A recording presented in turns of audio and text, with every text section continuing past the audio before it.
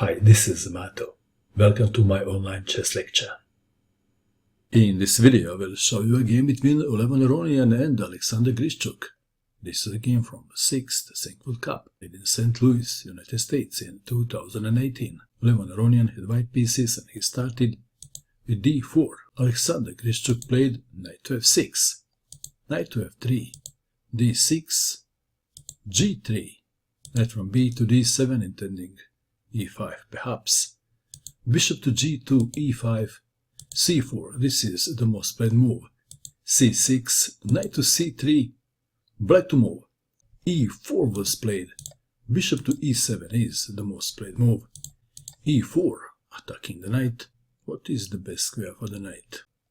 Knight to g5 and knight to d2 are the two most played moves. Aronian played knight to h4, d5, and Aronian castled king's side, bishop to b4. If d takes on c4, queen to c2, and white would win the e-pawn. So bishop to b4, c takes on d5, c takes on d5, f3, and now bishop takes on c3. Pawn takes bishop. Later on, white dark squared bishop will have no opposition on dark squares and will become the star of dark squares. Let's see how it happened. Grischuk castled king's side, bishop to a3, forcing the rook to leave the f-file. It may become very relevant later on. Rook to e8, knight to f5, intending perhaps knight to d6, knight to b6, knight to d6, attacking the rook. This is very interesting moment of the game. After thinking long and hard, Grischuk played knight to c4, allowing knight takes rook. But interestingly, Aronian did not take the rook. He captured the knight that was attacking the bishop.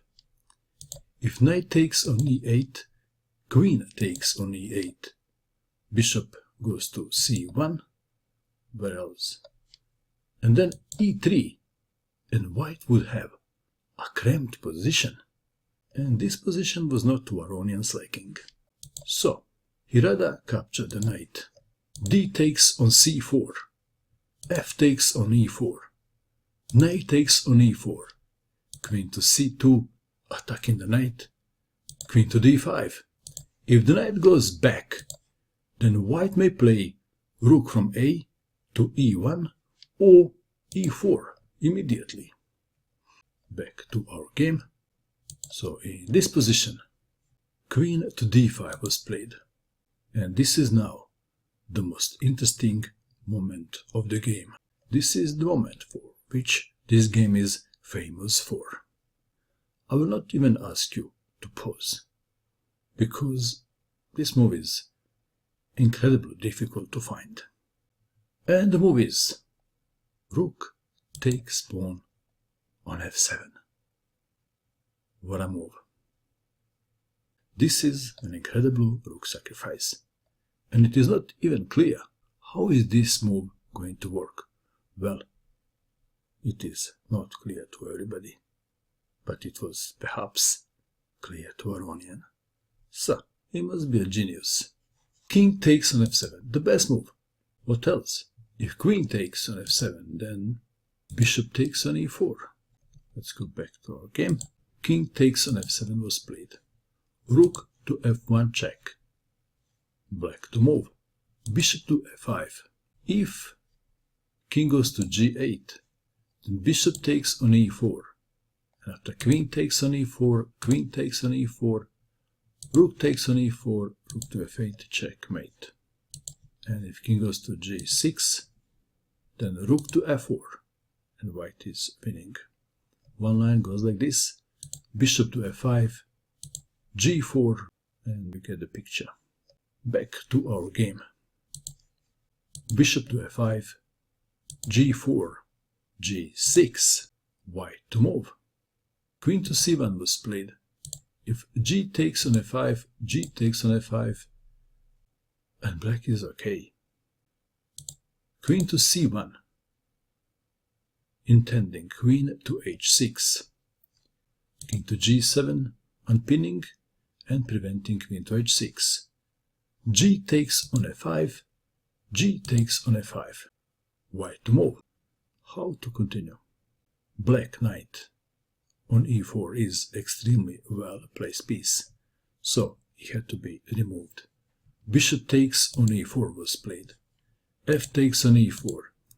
If rook takes on e4, queen to g5 check. So we have bishop takes on e4, f takes on e4, queen to f4. Note that black rook is not safe on f8. h6 was played. Queen to c7 check. King to h8. And now bishop to d6. The bishop is on the way to e5 square to become the star of the show. Rook to g8 check. King to f2. The king is on the way to e3 to a very safe spot. Rook to g6, attacking the bishop. Bishop naturally goes to e5 check. King to g8. King to e3.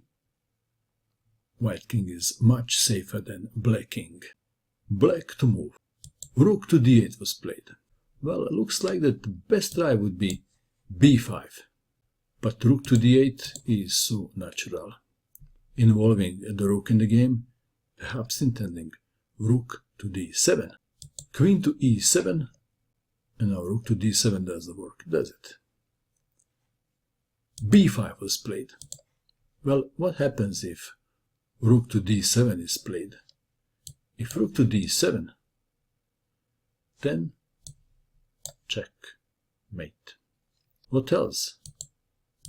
What if queen to d7? Is that better? If queen to d7, then white has this brilliant tactic available called a deflection tactic. Can you see it? Rook to f8 check. And after rook takes rook, queen takes queen, and white wins. Back to our game. So we have b5, white to move. White would love to play queen to g7, checkmate. But the rook is defending g7 square.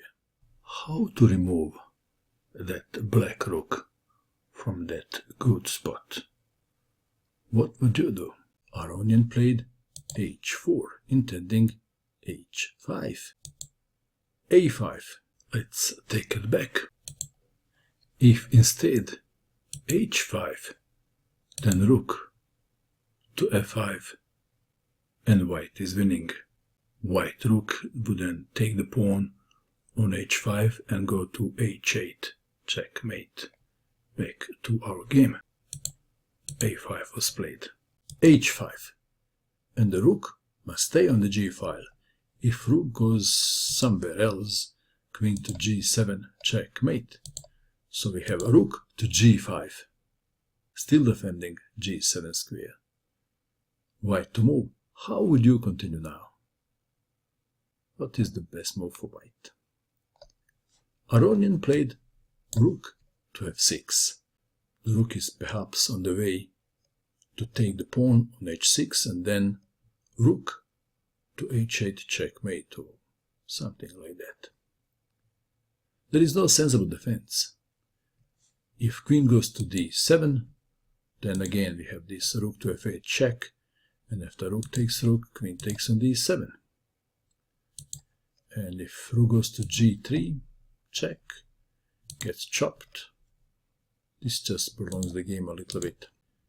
In a lost position, Grischuk captured the bishop, the powerful white dark squared bishop, only to resign after Aronian's next move. And the move is rook to g6 check. Grischuk resigned. If king goes to h8, then queen to g7, checkmate. Wow, this was an incredible game. Congratulations to Aronian for his bold and artistic play. What do you think of this game? And that is all. I hope that you enjoyed watching this video. I wish you good luck with your chess, and bye for now.